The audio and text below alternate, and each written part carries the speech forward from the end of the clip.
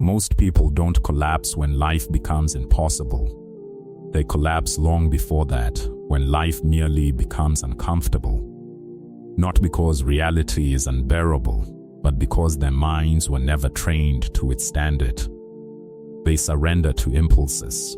They let feelings steer them. They let fear whisper commands. And they obey without question. And when pressure finally arrives, they shatter. But there's a different kind of mind, a rarer one, a disciplined one, a dangerous one, a mind that does not beg for comfort, but commands control. This is the kind of mind that history's most strategic thinkers understood deeply. A mind that doesn't rely on kindness to survive, but on control to dominate. A mind that treats itself like a kingdom and refuses to be ruled by chaos. Because here's the truth most people never confront. If you don't govern your own mind, the world will gladly do it for you. So ask yourself honestly, right now, who is in control? You or everything around you? Because that answer determines everything. If the world dictates your emotions, you will always remain vulnerable, always reacting, always adjusting, always losing. But the moment you take ownership of your inner world, something shifts. You become untouchable, not because nothing happens to you, but because nothing owns you. Failure no longer breaks you. Betrayal no longer defines you. Chaos no longer consumes you. It sharpens you. From this point forward, you must think differently. Not emotionally, but strategically. Not impulsively, but deliberately. Build yourself piece by piece through discipline, detachment, and awareness. This is not about becoming cold. This is about becoming unshakable. So before we begin, lock this thought into your mind. From this moment, I choose strength over emotion. Det. 1. Master the story people see. Power does not begin with truth. It begins with perception. Not what is real, but what is seen. Not what you are, but what people believe you are. Understand this clearly. People rarely interact with your true self. They interact with the version of you that exists in their minds.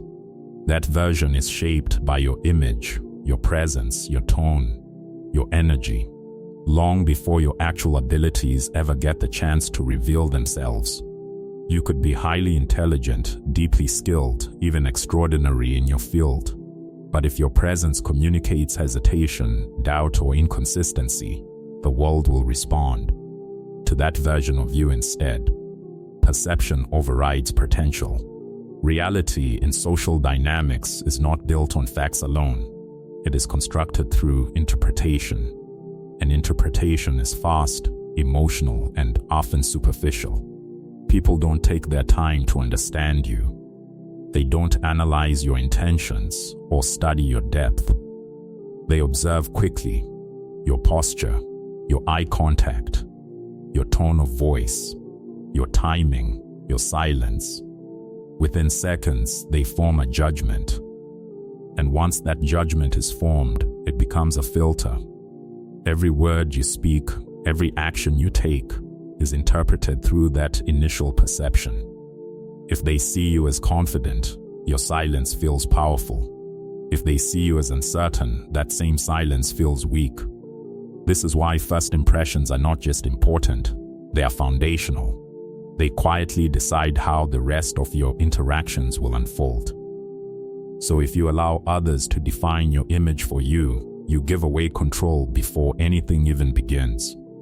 You step into the world already positioned beneath its expectations. Instead, you must become deliberate about how you are perceived. Not artificial, but intentional. Not exaggerated, but refined. There is a difference between being fake and being controlled. Being fake is pretending to be something you are not. Being controlled is choosing what you reveal, how you reveal it, and when. You don't need to be loud to be noticed. You need to be precise. Stop the habit of over-explaining yourself. The moment you begin to justify your actions excessively, you signal uncertainty. You subtly ask for approval instead of owning your position. Confidence does not debate its existence. It does not rush to prove itself. It simply is. The more you try to convince others of your value, the more you dilute it. This is where silence becomes one of your strongest tools. Used correctly, silence is not absence, it is presence in its purest form. It creates space, it builds curiosity, it forces others to think, to interpret, to wonder. And in that uncertainty, you gain quiet control. When you say less, people pay more attention. When you hold back, people lean in. When you don't explain everything, people begin to fill in the gaps themselves. And often, they assign you more depth than you even reveal. That is influence. Walk into every environment with awareness. Not anxiety, but awareness. Be conscious of how you carry yourself. Your posture communicates confidence before you speak. Your pace signals control. Your eye contact shows certainty. Your stillness reflects composure. Every movement is a message. Every pause is a signal. Every glance, every gesture, every moment of restraint, it all speaks. And often it speaks louder than words ever could.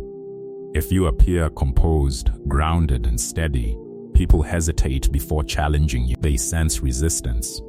They sense strength. But if you appear reactive, scattered, or unsure, you unintentionally invite pressure.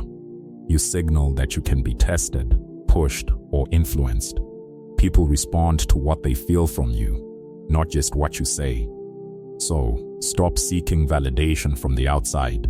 Validation is unstable, it depends on others. Clarity, however, comes from within. When you are clear about who you are, what you stand for, and how you present yourself, you no longer need external approval. You operate from certainty instead of reaction, and that certainty changes everything. Because when you take control of your presence, you begin to influence how reality responds to you. People treat you differently. Opportunities align differently. Conversations shift. Not because the world changed, but because you did. 2. Separate yourself from emotional control. Emotion is one of the simplest and most effective ways to control a human being. The moment someone can trigger anger within you, ignite your fear, or expose your insecurities, they gain access to your behavior. And once they can influence your behavior, they begin to influence your outcomes. This is where most people lose without even realizing they are in a game. They believe they are just reacting, just being real, or just expressing themselves. But in reality, they are being directed, subtly, invisibly, by external triggers they never learned to manage. Most individuals underestimate how predictable they truly are. Their reactions follow patterns. Their emotional responses are immediate, repetitive, and easy to anticipate. Push the right button, they get angry. Apply pressure, they panic. Challenge their ego, they react defensively. And anything that can be predicted can be controlled. This is why emotional discipline is not optional, it is essential. Detachment is often misunderstood. It is not about becoming cold, distant, or emotionless. It is not about shutting down your feelings or pretending they don't exist. True detachment is awareness. It is the ability to experience emotion without becoming enslaved by it, to feel without losing control, to acknowledge what arises within you, but still decide what happens next. Instead of reacting, you observe. Instead of exploding, you pause. Instead of obeying impulse, you choose your response deliberately. That small space between stimulus and reaction, that pause, is where your power lives. Most people never develop that space. Their reactions are instant, automatic, unquestioned. But the moment you train yourself to delay that reaction, even by a few seconds, you interrupt the entire chain. you stop being controlled and start becoming conscious. You begin to operate instead of react. Think about a simple scenario. Two individuals are insulted in the same way. The first reacts instantly. His voice rises. His posture tightens. His emotions take over. In seconds, he loses composure, and with it, control. The second person hears the same words, but remains still. No immediate reaction. No visible disturbance. Maybe just a calm look, or even silence. Now ask yourself, who truly holds the power in that moment? It is not the one who reacted. It is the one who remained in control. Because control over self is control over the situation. Emotions behave like waves in the ocean. They rise, they peak, and they fall.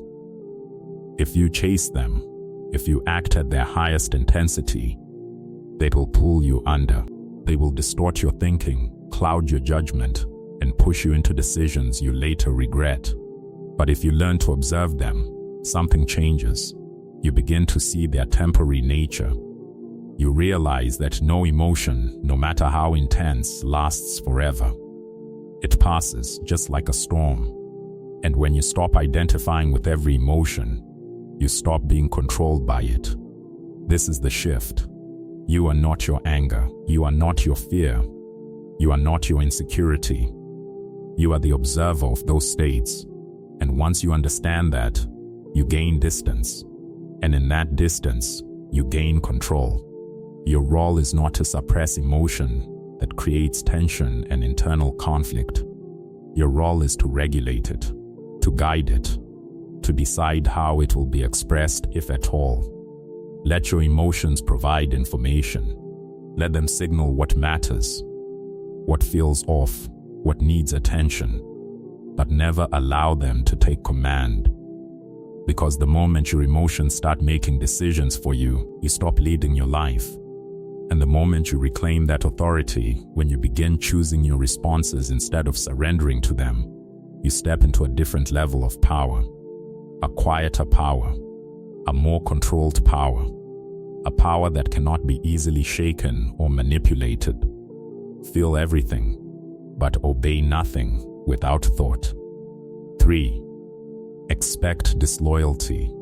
Plan for it. One of the most damaging assumptions people carry through life is the belief that others will remain consistent. They expect loyalty to last forever. They expect people to think, feel, and behave the same way tomorrow as they do today. They assume that once someone proves trustworthy, that trust becomes permanent, unchanging, unbreakable. But reality does not operate that way. Human behavior is not fixed. It shifts, it adapts, and more often than not, it is guided by self-interest. When circumstances change, priorities change. When priorities change, decisions change. And when decisions change, loyalty can change with them. This is not something to fear, it is something to understand. Recognizing this truth is not pessimism. It is awareness. It is seeing people as they are, not as you wish them to be. The moment you accept this, something powerful happens. You stop being surprised when people act in their own interest. You stop taking every shift in behavior as a personal attack. You stop asking, why did this happen to me? And start understanding, this is how people operate under pressure, opportunity, or change. And that shift alone protects your peace. Most disappointment in life does not come from betrayal itself. It comes from unrealistic expectations placed on others. Expectations that ignore human nature. When you remove those illusions, you remove unnecessary suffering. Instead of relying purely on promises, you begin to build systems. A promise is fragile. It depends on emotion, timing, and intention, all of which can change. A system, however, is structured. It protects you even when circumstances shift. Instead of trusting blindly, you begin to observe patterns. You watch how people behave over time. You notice consistency, or the lack of it. You pay attention to actions more than words, because actions reveal what words often hide. Patterns do not lie. When you adopt this mindset, preparation replaces disappointment. You are no longer caught off guard when things don't go as expected. You are not shaken when someone changes direction. You have already accounted for that possibility. Expecting betrayal does not mean you live in fear or suspicion. It means you live prepared. It means you understand that people can be good and still act in their own interest when the situation demands it. This awareness sharpens your judgment. It keeps you grounded. You don't become closed off. You become selective. You don't build walls to block everyone out. Walls isolate. Walls limit growth. Instead, you build filters. Filters allow access, but only after time, consistency, and proof. They protect you without disconnecting you from the world. You give people space to show who they are, not once, but repeatedly. And based on that, you decide how much access they truly deserve. And even when trust is established, you remain aware, not anxious but conscious. Because awareness is not about expecting the worst, it's about being ready for change. This mindset preserves your energy. You stop over-investing in unstable situations. You stop attaching your peace to people whose actions you cannot control. You stop chasing certainty in a world that is constantly shifting. Instead, you stay grounded. You stay balanced. You stay rooted in reality rather than illusion. And in doing so, you become far more resilient. Because when you no longer depend on others to remain the same, you gain the strength to remain steady yourself. 4. Project Calm. Think with precision. Calmness is intimidating. Not because it demands attention, but because it doesn't need to. It doesn't rely on volume, aggression, or force to make its presence known. Instead, it stands quietly, steady, controlled, and unshaken. And in a world where most people are reactive, emotional, and easily disturbed, that kind of composure becomes rare. And rarity creates power. In moments of chaos, most individuals lose control without even realizing it. Their breathing changes. Their thoughts speed up. Their decisions become rushed, impulsive, and often flawed. They panic. They react. They speak before thinking. They act before understanding. And in doing so, they give away their advantage. But the person who remains composed in that same moment instantly separates themselves from the rest. They don't rush. They don't crumble. They don't allow the external environment to dictate their internal state. They pause. They observe. They remain centered. And that stillness sends a message, one that doesn't need words to be understood. It signals control. Control over emotion. Control over thought. Control over action.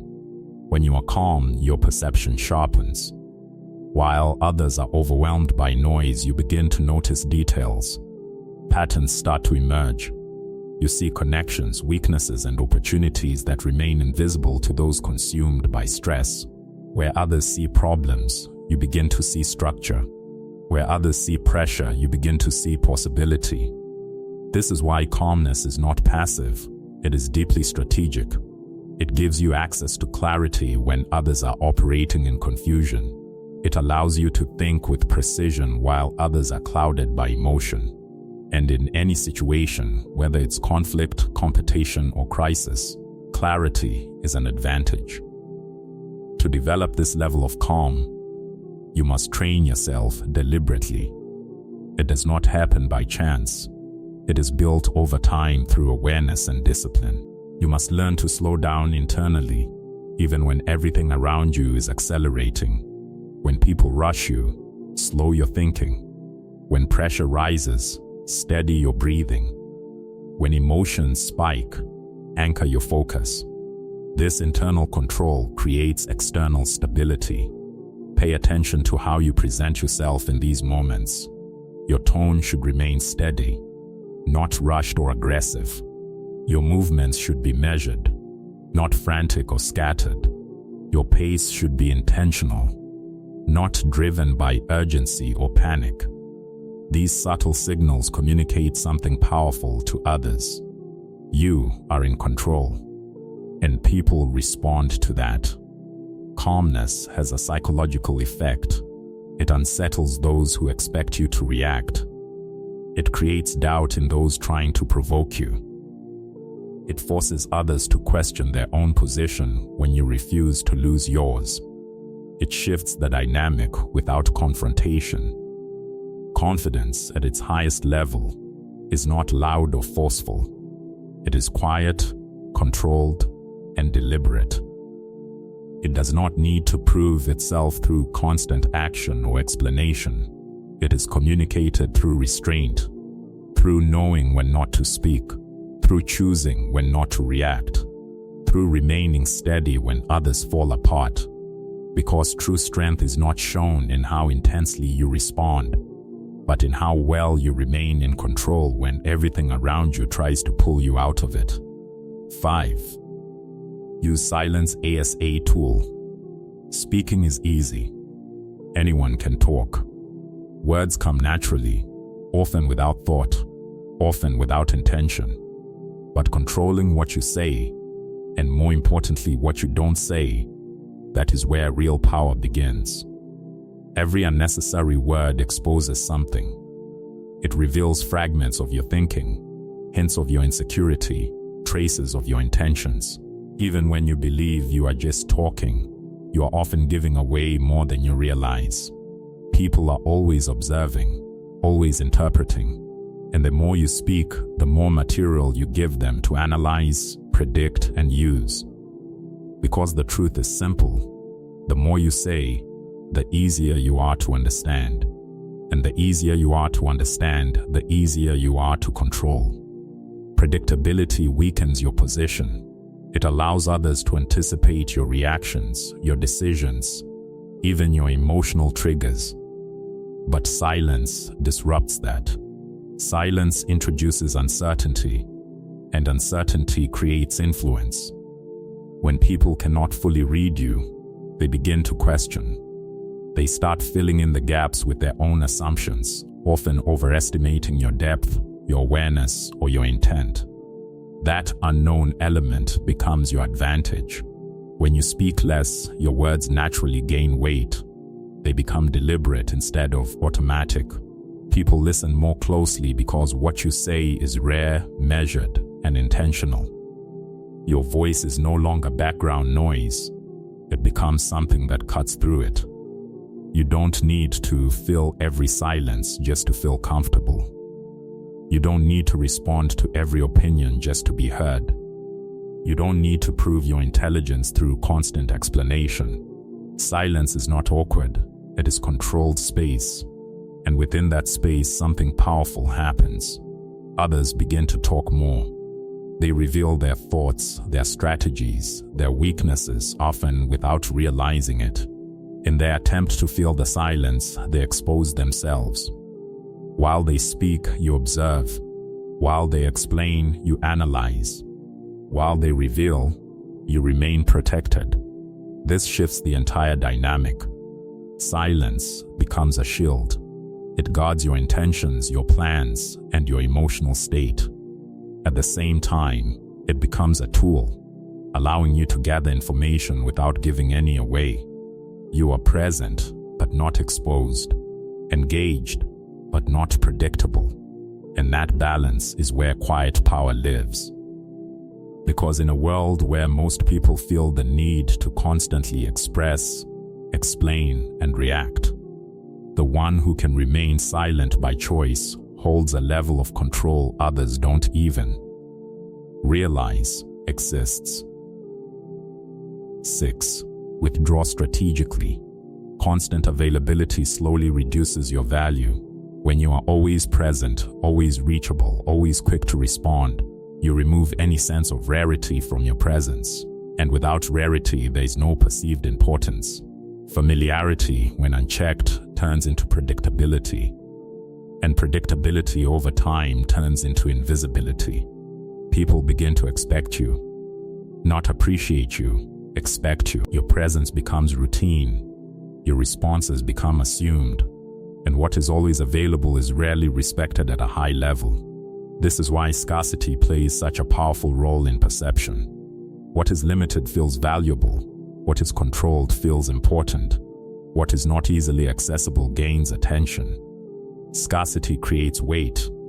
It forces people to notice, to adjust, to place significance on what they cannot constantly have.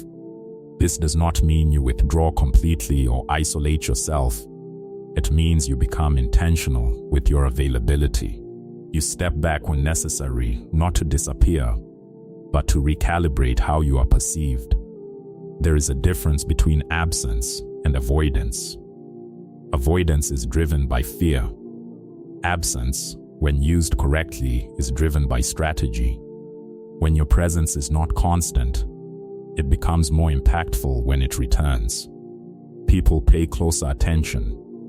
They listen more carefully. They become more aware of your input, your energy, your contribution. Because now, it is no longer guaranteed.